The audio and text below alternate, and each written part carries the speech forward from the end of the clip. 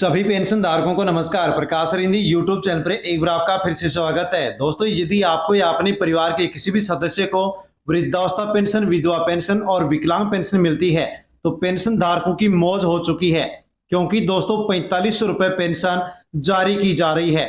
हाँ दोस्तों, 3 महीने की पेंशन यदि आपकी बच रही थी, बकाया थी, तो साथियों 3 महीने के पेंशन का जो पैसा है वो बैंक खाते में ट्रांसफर किया गया है। दोस्तों, यदि आपकी भी पेंशन बकाया चल रही थी तो आपको अपना बैंक खाता अवश्य चेक कर लेना चाहिए, क्योंकि पेंशन जारी होना शुरू हो चुकी है और साथियों अधिकतर लाभार्थियों के बैंक खाते में पेंशन पहुंच भी चुकी है। दोस्तों, अब हर महीने पेंशन का लाभ आपको मिलने जा रहा है। दोस्तों, जैसे कि आपको बताया गया है कि बकाया पेंशन बैंक खाते में ट्रांसफर की जा रही है, तो साथियों 15 जून 2026 सोमवार तक अधिकतर लोगों की पेंशन बैंक खाते में पहुंच जाएगी। और जिनकी पेंशन नहीं पहुंच पाती है तो दोस्तों उनकी पेंशन क्यों नहीं पहुंची है, इसका क्या कारण है और उनको क्या करना होगा, कौन सी अधूरी अपडेट उनको पूरी करनी होगी ताकि उनके भी बैंक खाते में पेंशन राशि पहुंच जाए। साथियों, जिनको पेंशन अभी तक नहीं मिली है तो उनको पेंशन कब मिलेगी, किसको पैसा मिलेगा और किसको नहीं मिलेगा, यानी कि पेंशन से कौन वंचित होगा।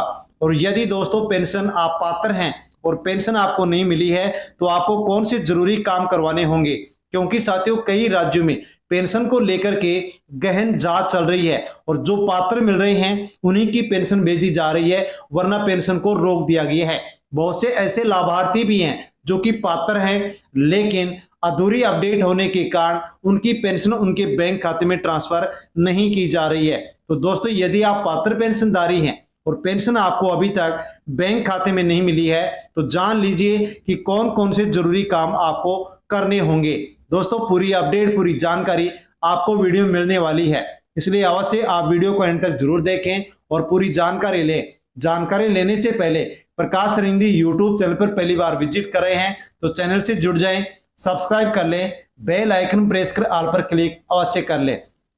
अन्य जो भी पेंशनधारी है उन तक भी आप वीडियो को सेंड करें कि पेंशन धारकों की मौज हो चुकी है, उनके लिए बड़ी खुशखबरी आ चुकी है। वृद्धा पेंशन, विधवा पेंशन, दिव्यांग पेंशन जिनको भी मिलती है उनके लिए महत्वपूर्ण साथियों ये वीडियो होने वाला है। लाखों पेंशन धारकों के मन में साथियों 3 प्रकार के सवाल अवश्य चल रहे होंगे कि पेंशन क्यों नहीं आई है, किसकी पेंशन बंद हो सकती है और रुकी हुई पेंशन कब मिलेगी। इन सभी सवालों के जवाब आपको वीडियो में मिलने वाले हैं। और आपके लिए बड़ी अपडेट है कि 10 जून 2026 से साथियों कई राज्यों में पेंशन भुगतान की जो प्रक्रिया है वो शुरू की गई है। जिन लाभार्थियों के सत्यापन पूरा था, केवाईसी पूरी थी, अन्य कारणों से पेंशन रुकी हुई थी, तो उनके मामलों का भी निस्तारण किया जा रहा है। हाँ दोस्तों, यदि आपकी पेंशन अटकी हुई थी तो जान लीजिए कि अब आपको पेंशन किस प्रकार से मिलने जा रही है। पात्र लाभार्थियों की जिनकी भी पेंशन बकाया चल रही थी उनके बैंक खाते में पेंशन का जो भुगतान है वो साथियों यहां पर किया जा रहा है, लेकिन किस प्रकार से किया जा रहा है, किसके द्वारा, क्या अपडेट पूरी होने के बाद में पेंशन उनको मिल रही है। और दोस्तों जान लीजिए कि अलग अलग राज्यों में पेंशन की क्या स्थिति है, कौन से राज्य के पेंशन धारकों को कितनी पेंशन यहां पर ट्रांसफर की जा रही है। दोस्तों, जैसे कि उत्तर प्रदेश की बात करें तो 3 महीने की पेंशन 3000 रुपए के आसपास ट्रांसफर की जा रही है, लेकिन कई लाभार्थियों के द्वारा साथियों ये भी बताया गया है, चर्चा निकल कर के आई है कि 4500 रुपए भी एक साथ बैंक खाते में ट्रांसफर किए गए हैं, यानी कि वृद्धावस्था, विधवा और जो दिव्यांग पेंशन है उनके बैंक खाते की ये बात हो रही है। तो दोस्तों आप भी अपना बैंक खाता अवश्य चेक कर ले। बिहार राज्य की जाने तो वहां पर 1100 रुपए प्रत्येक महीने पेंशन दी जा रही है। जिन लाभार्थियों की 3 महीने की पेंशन बकाया थी उनको 3300 रुपए पेंशन भुगतान भी एक साथ साथियों यहां पर मिलने की बात की जा रही है, चर्चा निकल करके आ चुकी है। बिहार राज्य में साथियों ये भी सीएम के द्वारा ऐलान किया गया है कि अब प्रत्येक महीने की 10 तारीख को पेंशन का भुगतान कर दिया जाएगा। यदि अधूरी अपडेट नहीं रही तो पेंशन सभी को मिल जाएगी, लेकिन अधूरी अपडेट रही तो पेंशन नहीं मिलेगी। झारखंड राज्य की बात करें तो 1100 रुपए पेंशन यहां पर दी जा रही है। 2 महीने का पेंशन बकाया चल रहा था तो 2000 और 3 महीने का बकाया चल रहा था तो 3000 रुपए पेंशन भी यहां पर एक साथ ट्रांसफर साथियों की जा सकती है, क्योंकि साथियों जो भी पेंशन बकाया थे और जिनका अपडेट पूरा है उनको पेंशन एक साथ भी यहां पर बैंक खाते में ट्रांसफर की जा रही है। राजस्थान के बुजुर्ग, विधवा और जो दिव्यांगजन है उनको साथियों राजस्थान में अन्य राज्यों की अपेक्षा कर अधिक पेंशन है जो कि ट्रांसफर की जा रही है। लेकिन राजस्थान के भी अधिकतर बहुत से ऐसे पेंशनधारी हैं जिनकी साथियों अपडेट अधूरी होने के कारण पेंशन रुकी हुई है। लेकिन जिनकी अपडेट पूरी हो जाती है तो बकाया पेंशन उनको 2 महीने की, 4 महीने की, 6 महीने की एक साथ भी ट्रांसफर की जा रही है। तो यदि आपकी भी पेंशन बकाया हो तो अवश्य ही आप जान लीजिए कि कौन सी अधूरी अपडेट आपको पूरी करनी होगी।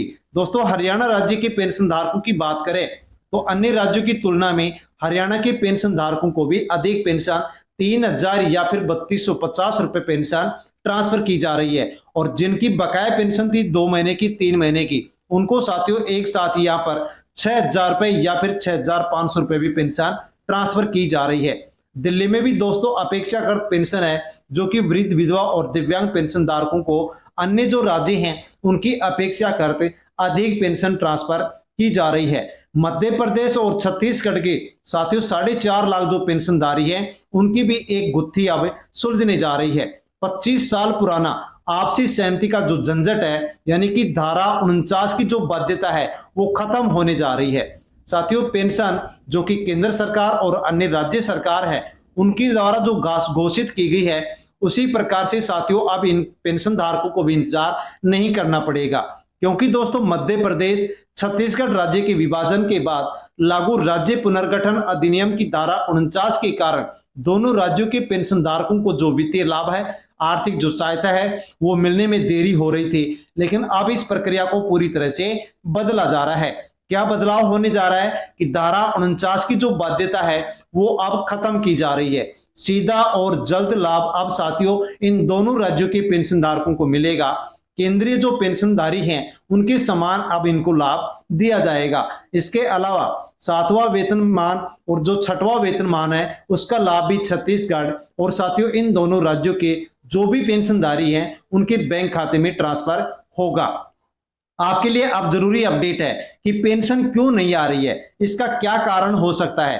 तो दोस्तों जान लीजिए कि निम्न कारण में से कोई भी एक कारण यदि है तो साथियों यहाँ पर आपकी पेंशन है जो कि नहीं भेजी जा रही है। जैसे कि केवाईसी नहीं हुई है, जीवन प्रमाण पत्र जमा नहीं है, आधार कार्ड बैंक खाते से लिंक नहीं है, बैंक खाते का एनपीसीआई मैपिंग नहीं है, आपके डॉक्यूमेंट्स में जैसे कि आधार कार्ड है, Jan Aadhaar card, ration card, इसके अलावा दोस्तों आपका जो पेंशन का रिकॉर्ड है, बैंक का जो रिकॉर्ड है उसमें आपके नाम में, जन्म तिथि में या फिर दोस्तों आपके एड्रेस में यदि अंतर है तो पेंशन रोकी जा रही है। सत्यापन लंबित है तो भी पेंशन रोकी जा रही है। तो अब आपको यदि पेंशन आपकी बकाया चल रही है तो कौन कौन से काम आपको तुरंत कर लेने चाहिए ताकि पेंशन आपको भी सही समय पर और एक साथ मिल सके।